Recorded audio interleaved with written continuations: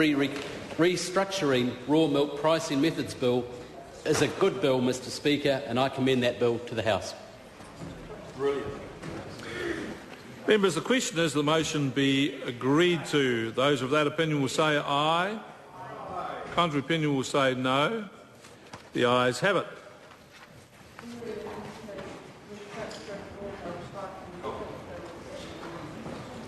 This bill is set down for committee stage forthwith.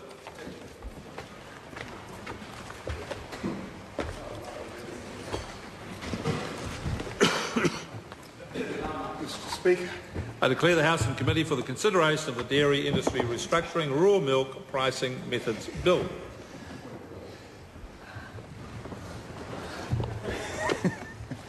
point of order, Honourable Simon Power.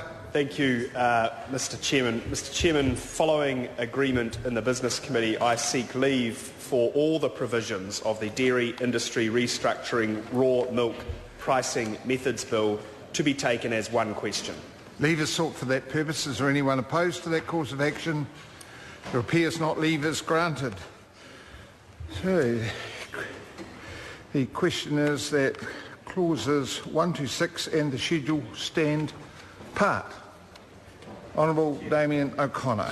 Thank you, Mr Chairman, and I guess this gives us an opportunity to go through the nitty-gritty detail of the legislation, which we've all agreed we support in principle.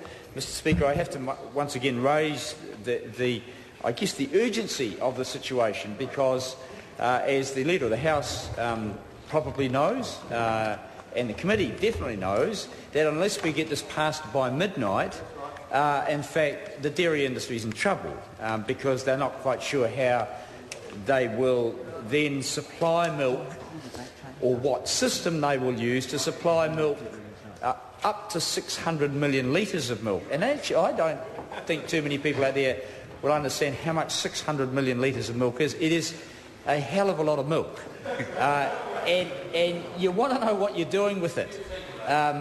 It's a few tanker loads, and if you don't deal with it properly, it becomes a huge burden, and one might say an environmental dilemma, Mr Speaker.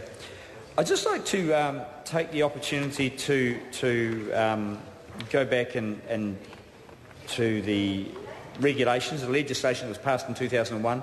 In 2008, or through that process, we became aware that there were difficulties in pricing the milk for the people buying it, that is Cadbury's, Open Country Cheese, Tartua, not Westland, not yet anyway, all the companies purchasing it for value-added purposes for the most part, or domestic milk supply. They weren't quite sure whether they were getting a fair deal or paying too much, or Fonterra was getting ripped off or whatever. So in our wisdom, of course, as we always were as a government, Mr Speaker, Mr Chairman, we conducted a review. And the review identified three main issues, Mr Chair. They were firstly that the wholesale milk price formula systematically underpriced regulated raw milk. That is that farmer supplier shareholders of Fonterra were effectively subsidising the companies that purchased the milk from Fonterra. Now they could get on the phone, ring Fonterra and say, we want a tanker load of milk, which is a huge privilege for any business dealing in a perishable product, Mr Speaker. They could do that and then not ring up for a week or two, and Fonterra had to process that milk that kept coming out of the cow's udders. You must understand, and many out there probably don't, a lot of young kids think that milk comes from bottles, Mr Chair. And that is understandable, I guess, if you've been brought up in the city. The reality is that cows need to be milked twice. In fact, there's one farm down in Oamaru milking 2.7 times a day, but we won't go into the detail of that. Up to 3 times a day now in very efficient production systems. The cows need to be, for their own welfare, need to be milked.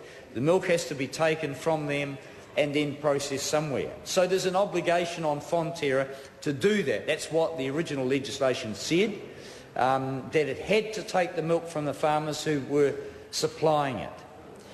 And the companies that wanted the up to 500 million litres as it was at the time, I think, or 400, they could just ring up and get it when they wanted and not get it when they didn't want to, which placed a huge burden on Fonterra and its shareholders to build the stainless steel with the potential to process that milk, the full amount of milk, when it might come from the cows in the peak of the season, not knowing whether someone would ring for a tanker of milk or not.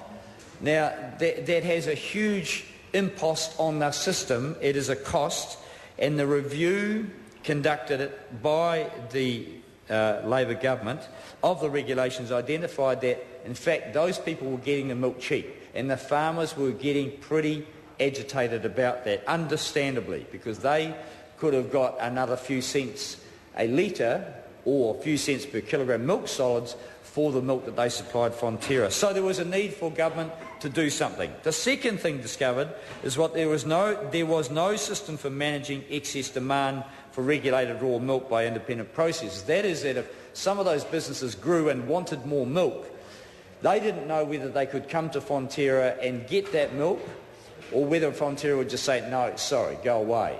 And that would obviously place constraints on their ability to grow businesses that were often adding really good, substantive and sustainable value to our milk in this country. Now, we wanted to enhance that. Mr Chairman. Just before I call the honourable member, can I just say this is the committee stage of the bill. We are addressing the nuts and bolts of the bill. This is slightly different from previous debates, and this bill has been to the Select Committee and has come back with a Select Committee report. I know we're going across the bill, but I would ask, I want to start as we intend to continue and not have wide-ranging speeches of this. So I just want to bring the member to the contents of the bill. Thank you, Mr Chairman, and I respect that. And I guess I'm just trying to give some context to this bill, which seems for many people, I guess, to be rather minor. But there was a huge transfer of wealth taking place that needed to be addressed, and everyone in this House who has any connection to the dairy industry knows that farmers were demanding it. Now, the thing that the farmers are disappointed that it's taken so long to do this, Mr Chairman.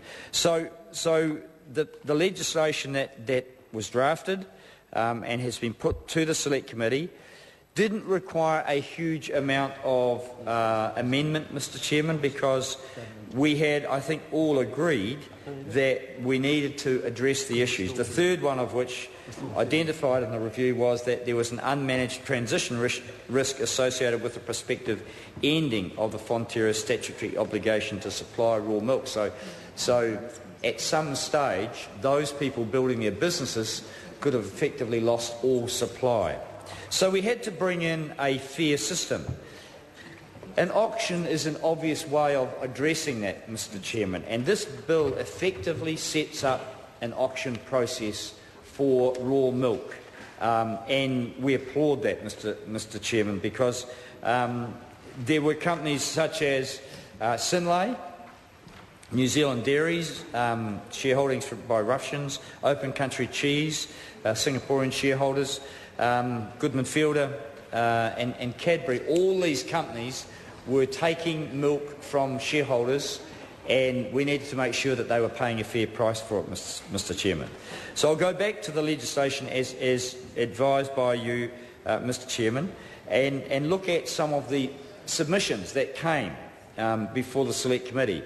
These are submissions relating directly to the bill, and I can't help but refer to the wise words from Westland Dairy Company, because they have stayed outside the Fonterra structure.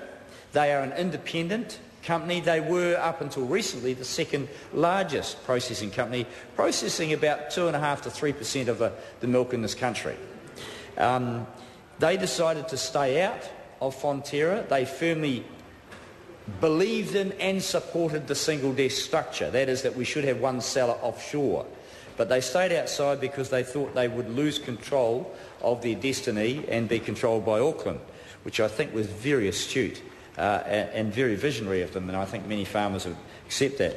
Mr Chairman, they came to the Select Committee, they brought their submissions, and they were upfront and honest.